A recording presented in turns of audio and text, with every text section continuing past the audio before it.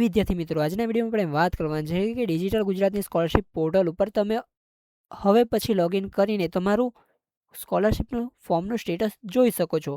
તો તમારે સૌપ્રથમ અહીં આવી જવાનું છે અને તમારા મિત્રો પછી તમારી પ્રોફાઇલ ઓપન થઈ જશે. તમે જેવું જ લોગિન કરશો એટલે તમારી પ્રોફાઇલ ઓપન થશે. પ્રોફાઇલ ઓપન થઈને તો પછી તમારે જવાનું છે સર્વિસની અંદર. સર્વિસની અંદર જોશો પછી તમને બીજા નંબર પર સ્કોલરશિપ સર્વિસ જોવાનું મળી જશે. એ સ્કોલરશિપ તમારું અહીં રિક્વેસ્ટ આઈડી સર્વિસ સ્ટેટસ બતાવશે. તો તમારું જો સ્ટેટસ અપ્રુવડ બાય ઓથોરિટી આવી ગયું હોય ને તો તમારી સ્કોલરશિપ 100% તમારા એકાઉન્ટમાં જમા થઈ જશે. અને તમે અહીં જોઈ શકો છો રેશન કાર્ડ ડિટેલ્સ, એની અંદર મેમ્બર આઈડી છે, પછી આધાર base biometric e KYC status yes અને આધાર base biometric e KYC date એ તમને અહીં જોવા મળી જશે.